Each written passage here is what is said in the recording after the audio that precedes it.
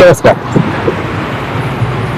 हार्दिक पांड्या व माहिका शर्मा यांच्याकडून राष्ट्रीय जे ध्वज आहे त्याचा अवमान केला गेलेला आहे. नुकतीच T20 वर्ल्ड कप जो जशन चालू होतं, या जशन मध्ये हार्दिक पांड्या असं टपोरी सारखं जो नॅशनल फ्लॅग आहे तो बांधतो, तिच्या गर्लफ्रेंड सोबत खांद्यावर हात ठेवून हसत खेळत एका कोपऱ्यात जातो, गर्लफ्रेंडच्या बाजूला झोपतो आणि विशेष म्हणजे ते स्वतः नॅशनल फ्लॅग वर झोपलेला आहे. रोमॅन्टिक गप्पा हसणं तिचं त्याच्या गर्लफ्रेंड सोबत चालू आहे आणि ही बाब नॅशनल जो फ्लॅग आहे त्याचा अवमान करणारी आहे. नॅशनल फ्लॅग जो कायदा आहे 1971 कलम 2 अनुसार ही बाब चुकीची आहे, ती मला जाणवली. त्यानंतर मी छत्रपती शिवाजीनगर पोलीस स्टेशन या ठिकाणी तक्रार करण्यास गेलो असता सदरील संदर्भात जे काही अधिकारी आहेत त्यांनी बसून माझी चर्चा केली आणि आम्ही निश्चितच याच्यावरती जे काही कायदेशीर आहे ते पाहू आणि तपास करू. तपास केल्यानंतरच आम्ही पुढील कारवाई करू असं त्यांनी मला वचन दिलं.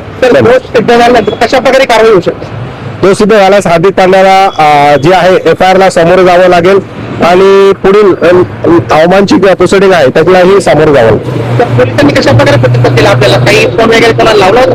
नाही, पोलिसांनी मला अतिशय चांगल्या रीतीने प्रतिसाद दिला, कारण नॅशनल फ्लॅगशी निगडीत घटना असल्याने स्वतः अधिकारी वर्ग माझ्यासोबत बसला, त्यांनी चौकशी केली, कंप्लेन वाचली, पाहिली, त्याच्यातलं गांभीर्य त्यांनी जाणून घेतलं. परंतु त्यांनी मला सांगितलं की नाही, आम्हाला अशा घटनांमध्ये अगोदर पूर्ण अभ्यास करावा लागतो, चौकशी करावी लागते आणि मगच आम्ही पुढची कारवाई करू. तर एकंदरीत मागणी काय आहे? मागणी ही आहे की हार्दिक पांड्यावर FIR दाखल करण्यात यावी, कायदेशीर व्हावी आणि हार्दिक पांड्याने सगळ्या देशाची जगाची माफी मागावी.